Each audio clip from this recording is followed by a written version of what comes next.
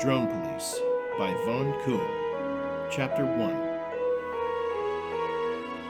A young man sits in an office. He gazes at his reflection on a large computer screen that is not turned on. The lights reflecting from the back of him are moving back and forth. Those red and blue lights are coming from his personal drone.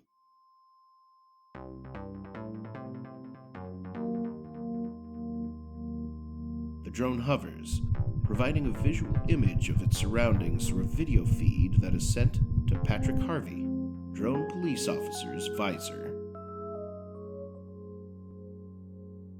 Drone Police is a pilot program that is geared towards providing the community with already flourishing technology, policing with the use of highly technically advanced drones. These drones are provided by the largest tech manufacturing company in the world, Bridgeport Corporation. Bridgeport carries an array of products on its supply chain, from subcontracting for the city's rail transportation system, providing informational technology support, to the latest hype, flying drones. Patrick Harvey is an FBI agent, posing, or rather the right thing to say, working as a drone police officer. Patrick, like many others spread across the city amongst other corporations and businesses, is part of a program designed for the purpose of providing security and intel from within large conglomerates whose business practices have major impact on how we live and our surroundings, whether bad or good. Patrick is among the privileged with an opportunity to get the first glimpse and use high-tech equipment as he's assigned to the Bridgeport Corporation. Patrick is surveying the office of Aaron Kahn, the founder of Bridgeport. He, along with his partner, Agent Foster, who is a plainclothes, shaggy blonde-haired woman, does not look at all like an FBI anything, are on the trail of a suspected arch-villain, and this chase is only a small battle against the Chameleon Sim, a suspected underground cybercrime operation that's been responsible for countless crimes, stemming from human trafficking to cyber robbery. As hard drives and boxes of files are confiscated out of the dusty office of the old mansion, Agent Foster gazes at the photo of a woman on the wall. She stands entranced by the painted image. She steps back to get a clearer look, bouncing into an old dusty table. She dusted off the gray powder from the back of her slim-fit, stonewashed jeans as Patrick walks in. Fascinating painting? Fascinating everything. I'd say you're fascinated. There you go again with your accusations. What? I didn't say anything.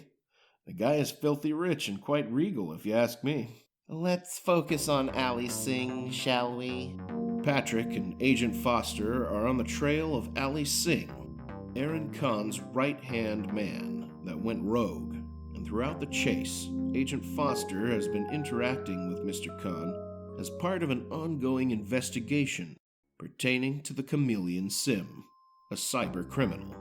A cyber criminal rumored to be a man. Some suspect the CEO, Aaron Kahn, and others say it's a virus that has somehow evolved into a data droid, a personality, or rather, a profile that only exists in theory. Its existence and capabilities confined to the extent of the internet, but some experts say it's actually a computer virus. However, virus or real, Agent Foster has been gathering information, filling her war chest, waiting for the day to bring down the cyber criminal known as the Chameleon Sim. Patrick, the FBI agent working as a drone police officer, helps his partner, who works in the field with inside information about the daily functions and any major changes that occur specific to the Bridgeport Corporation. And something major did occur the night before. This was the reason the FBI was scouring the home of CEO Aaron Kahn. Ali Singh, the head of Bridgeport Corporation's robotics division, has said to have committed a major code of conduct offense against the company, leading up to as serious as theft of intellectual property. Patrick, dressed in his drone police uniform, is there to fill in the blanks with what he has gathered so far about the company's mainframe server and how to access it. "Okay, I've got the beacon locator plugged in," yelled Patrick as his drone hovers over his shoulder. "Okay, I'm sending a ping now to locate the mainframe interface," said a voice coming from the hovering drone. A loud ping sound is projected from the left side of the drone, where the speakers are located. "Okay there. Found you. Turning on the system now," said the voice. Some lights in the dim, dusty office start to flicker, then the large computer screen turns on. "Ooh-wee, are you seeing this?" Patrick exclaimed, reacting to a set of images playing in fast motion on the large computer LCD screen. Then, the same set of fast-playing images start to play in holographic form, floating in the center of the dim room. The other agents stopped in their tracks, distracted by what was happening. "Hey, you got something there," said Agent Foster, referring to Patrick's progress in getting the system going. "There you are," he responded. "Hey," said Agent Foster. "No, there you are," Patrick said, pointing to the screen as a video of Agent Foster in the midst of an investigative interview with the CEO, Aaron Kahn. "Oh, I really need to do something with that belly of mine," she said, criticizing herself on the video. "What date was that?" she asked. "Send me the recorded feed of this," Patrick says to his drone. Patrick waves his hand, populating a holographic screen. He freezes the video of the floating holographic screen. "That's about a month ago," he responds, pointing to the part of the screen that shows the date. "Anything with Sing?" she asked. "Rewind some more."